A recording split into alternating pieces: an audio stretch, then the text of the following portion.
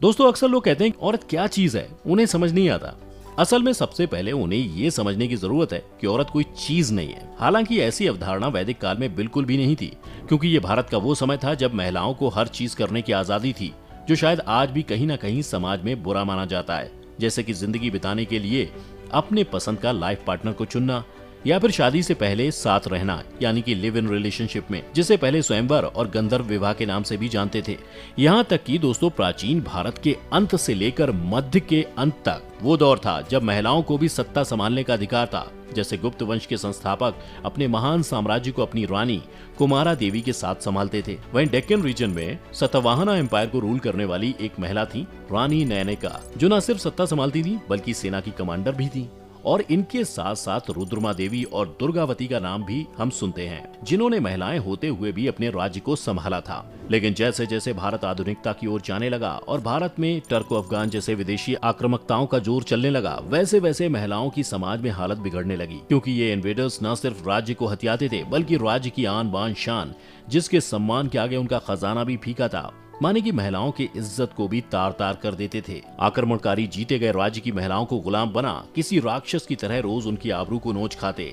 फिर ऐसी ही घिनौनी करतूत से खुद को बचाने के लिए रानियों ने जौहर करना शुरू कर दिया, जिसकी शुरुआत चित्तौड़ फोर्ट में रानी पद्मिनी ने की और अकेले चित्तौड़ के किले में ही 3 बार जौहर हुआ। फिर अकबर के समय से महिलाओं को एकांत में रखने का चलन शुरू हुआ, जिसे हरम के रूप में जाना जाने लगा, जहां बादशाह को छोड़ किसी और पुरुष के प्रवेश पर मनाही होती थी।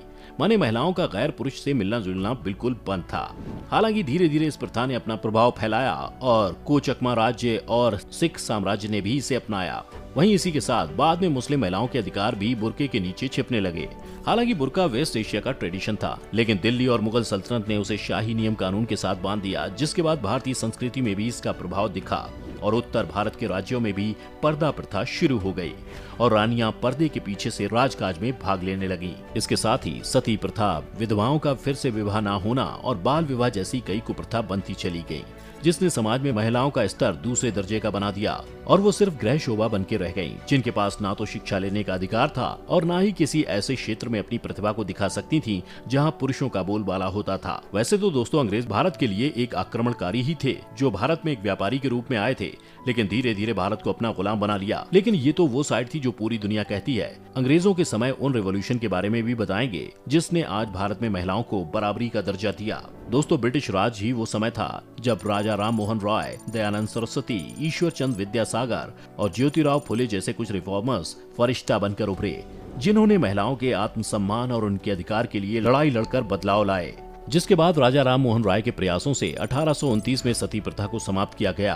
1847 में गर्ल्स एजुकेशन के लिए फ्री स्कूल खोले गए और 1856 विधवाओं का दोबारा से शादी करने का प्रावधान लाया गया। एक तरफ जहां झांसी की रानी लक्ष्मीबाई ने अंग्रेजों से विद्रोह कर महिला शक्ति को बल दिया, वहीं दूसरी तरफ अवध की सहशासक बन बेगम हजरत महल ने भी क्रांति ला दी और उसी समय भोपाल को रूल करने वाली बेगम ऑफ भोपाल ने भी महिलाओं का सम्मान बढ़ाया। फिर 1927 में जब चाइल्ड मैरिज रेस्ट्रेंट एक्ट पास हुआ तो महिला वर्ग उस जंजीर से भी आजाद हो गई, जिसमें उन्हें एक छोटी सी ही उम्र में ही शादी के बंधन में बांधकर गृहस्थी में सीमित कर दिया जाता था।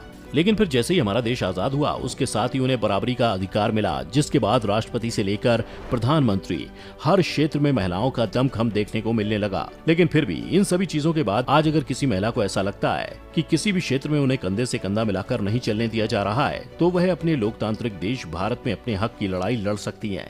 लेकिन इसके लिए उन्हें अपनी आवाज खुद उठानी पड़ेगी और इसके लिए सबसे जरूरी है कि वो अपने नारी होने को छोटा ना समझें। वो ये ना समझे कि लड़कियां ये नहीं कर सकती। एक माँ अपने बच्चे को ये ना समझाए कि ये काम लड़के का है सिर्फ इसलिए क्योंकि वो काम नहीं कर पाई तो उनकी बेटी भी नहीं कर सकती। इस सोच को खत्म करना पड़ेगा। दोस्तों इस बात को भारत के हर इंसान को समझना पड़ेगा और खासकर महिलाओं को, कि जब कोई काम ये भेदभाव नहीं करता कि उसे कौन कर रहा है, तो फिर ऐसा सोचने वाले हम और आप कौन होते हैं। इसलिए अपनी शक्ति को और अधिकारों को समझकर अपना परचम लहरा दीजिए और दिखा दीजिए लड़कियां किसी से कम नहीं है। तो दोस्तों आज के महिलाओं को डेडिकेटेड इस सफर में बस इतना ही। मिलेंगे फिर किसी और सफर में अपनी और इन्फॉर्मेशन के साथ। तब तक आप वीडियो को लाइक, चैनल को सब्सक्राइब और साथ ही कमेंट में अपना प्यार दीजिए। फिलहाल के लिए मैं लेता हूँ अलविदा और साथ ही अंत तक बने रहने के लिए आपका बहुत बहुत शुक्रिया।